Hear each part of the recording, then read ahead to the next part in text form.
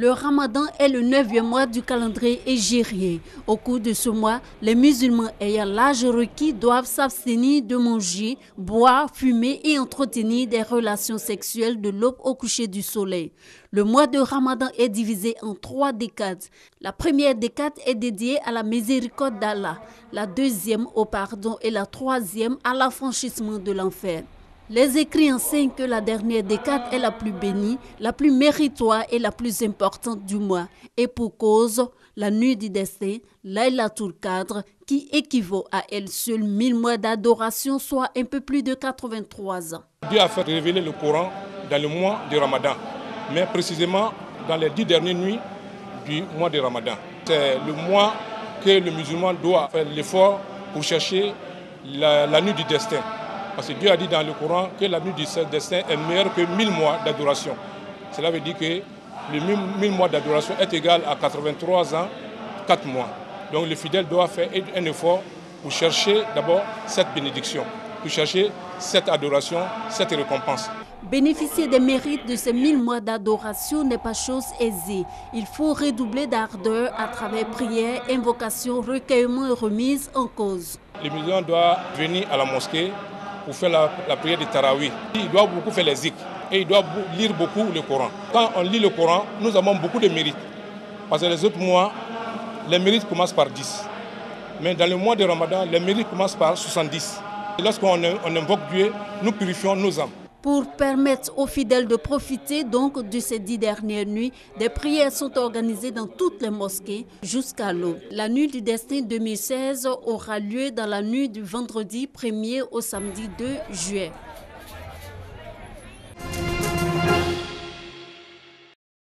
Le permis de conduire, un cadeau utile pour la vie.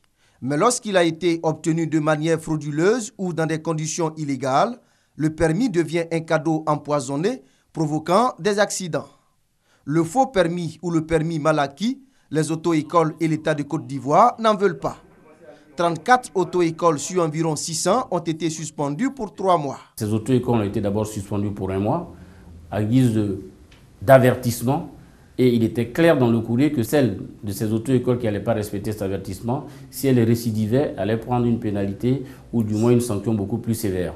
Ça a été le cas de la plupart des auto-écoles qui ont été fermées pour 3 mois parce qu'elles ont défié l'autorité de l'État. Mais en plus, c'est parce qu'elles véhiculent des informations qui ne sont pas vraies et elles font de la concurrence déloyale aux auto-écoles légalement installées.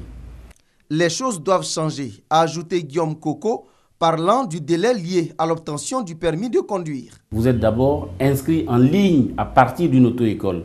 C'est à partir de là que vous allez aller à la CGI pour valider votre préinscription. Et c'est seulement quand l'inscription a été validée, il faut un délai de 15 jours pour se présenter à l'examen de code. Une fois le code obtenu, il faut un délai de 10 jours avant de se présenter à l'examen pratique du permis de conduire. Ceci permet aux candidats de se former et de se former correctement. Et on est vraiment en accord avec ce délai. Des exigences également pour être fondateur et moniteur d'auto-école. Déjà, il faut passer un concours qui passe par une admissibilité. Il faut avoir 21 ans.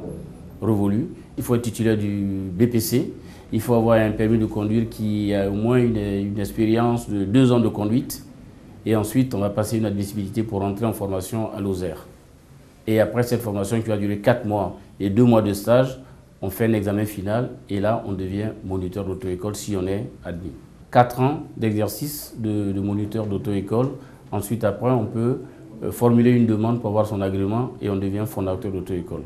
Autant d'actions qui, selon le président de l'Association nationale des auto-écoles, permettront la professionnalisation du secteur et de réduire les accidents de la circulation. Aéroport international Félix Houphouët-Boigny d'Abidjan. Il est 19 h quand l'avion transportant 35 réfugiés ivoiriens en provenance de Guinée-Conakry se pose sur le tarmac. Pour les accueillir, le ministre de la Solidarité, de la Cohésion sociale et de l'indemnisation des victimes, Koné Mariatou, venu souhaiter la bienvenue à ses frères et sœurs qui avaient choisi le chemin de l'exil. La joie est de constater que beaucoup d'Ivoiriens sont rentrés et ceux qui sont encore à l'extérieur ont saisi la main tendue du président de la République. Vous constatez avec moi que le retour est effectif et progressivement, on n'aura plus de réfugiés à l'extérieur. Aujourd'hui, ils ont répondu à l'appel du président de la République. Ils rentrent chez eux, les enfants vont grandir dans leur pays, ils vont partir à l'école dans leur pays et puis leur avenir est tout tracé. Ces Ivoiriens qui, pendant quelques années, ont connu les difficiles réalités de l'exil, sont heureux de rentrer au bercail. Remercie le chef de l'État, Alassane Ouattara, pour sa main tendue à tous les Ivoiriens encore en exil. Je suis très heureux de rentrer dans mon pays aujourd'hui. Je remercie la nation ivoirienne. Je remercie aussi le peuple guinéen qui nous a accueillis à bras ouverts et que la paix soit toujours en Côte d'Ivoire. Un retour organisé par le HCR, le Haut Commissariat aux réfugiés, en collaboration avec le Sahara, le service d'aide et d'assistance aux réfugiés et apatrides. Nous espérons que cette première va augurer d'un retour massif de près de 7000 réfugiés qui sont encore sur le sol guinéen. Nous estimons aujourd'hui que la paix est retrouvée en Côte d'Ivoire et nous appelons les réfugiés qui sont encore dans les pays d'asile à retrouver le chemin du pays. C'est une nouvelle vie qui commence pour le petit Maury et sa famille, une famille heureuse de retrouver la terre natale, la Côte d'Ivoire. Journaliste culturel, Olivier Hérault est le nouveau président de l'OJPCI, l'Organisation des journalistes professionnels de Côte d'Ivoire. Candidat unique, il remplace à ce poste Goré Bihué. Nous avons la conviction que les choses ne seront pas faciles, mais avec cette équipe que nous avons, une équipe jeune, une équipe dynamique, un staff 2.0, je pense que nous irons de l'avant. Notre leitmotiv, en tout cas notre mot d'ordre, c'est la bonne gouvernance. En plus de la présidence, ce congrès extraordinaire a vu le renouvellement des différentes instances, notamment le comité de contrôle et le commissariat aux comptes. Une équipe aguerrie, un programme d'action, des chantiers à mettre en œuvre, une vision de la nouvelle équipe qui veut rompre avec immobilisme et déviation dans la gestion de l'organisation. Des mots décriés par le collectif des membres fondateurs qui exhortent au professionnalisme. Nous avons un défi à relever. Nous devons montrer à ceux qui n'ont pas signé, nous voulons mettre l'OJPCI à un autre niveau. Et c'est ce qui va les amener à rejoindre l'OJPCI. Parce qu'il faut le dire, il y a beaucoup qui ont quitté l'OJPCI à cause de cette léthargie. Travaillons ensemble, main dans la main. Olivier Hérault est le 3e président de l'Organisation des journalistes professionnels de Côte d'Ivoire. Créé en 2009, l'OJPCI est l'une des fêtières du secteur de la presse. Aujourd'hui, le nouveau président est prêt à faire sortir l'Organisation des journalistes professionnels de Côte d'Ivoire de la léthargie. Sous un soleil de plomb, Abdel Fattah Salim et sa famille accomplissent un nouveau type de tâche ménagère. Ils marchent jusqu'à une source près de leur maison à Salfit, dans le nord de la Cisjordanie, pour remplir d'eau leurs réservoirs et bouteilles en plastique.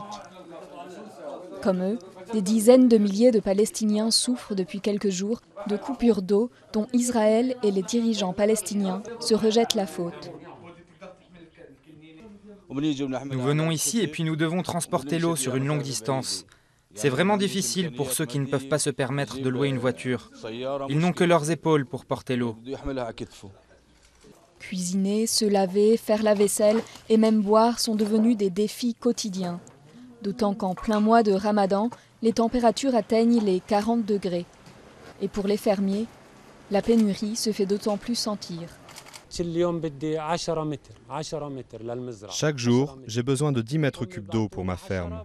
Mais en ce moment, il arrive qu'il se passe 3 jours sans que l'on ne m'approvisionne en eau. Je n'ai pas assez d'eau. Certains animaux sont morts. Des vaches sont mortes en donnant naissance. Il y a beaucoup de problèmes. Parfois, je ne nourris pas les vaches, car j'ai peur que cela leur donne soif. Les autorités palestiniennes accusent Israël de détourner une partie de l'eau revenant aux Palestiniens au profit des colons qui se sont établis en Cisjordanie. Mais Israël nie en bloc et accuse à son tour des Palestiniens de siphonner l'eau des tuyaux d'acheminement. Il y a la même quantité d'eau dans les colonies et les villes et villages palestiniens. Du côté israélien, l'eau est simplement mieux gérée et il n'y a pas ce phénomène de gens qui volent de l'eau des tuyaux. Au-delà de la maîtrise de la terre, le contrôle de l'eau est un enjeu majeur du conflit israélo-palestinien. En attendant une solution, Abdel Fattah continue de marcher jusqu'à la source pour faire ses réserves. Afrique.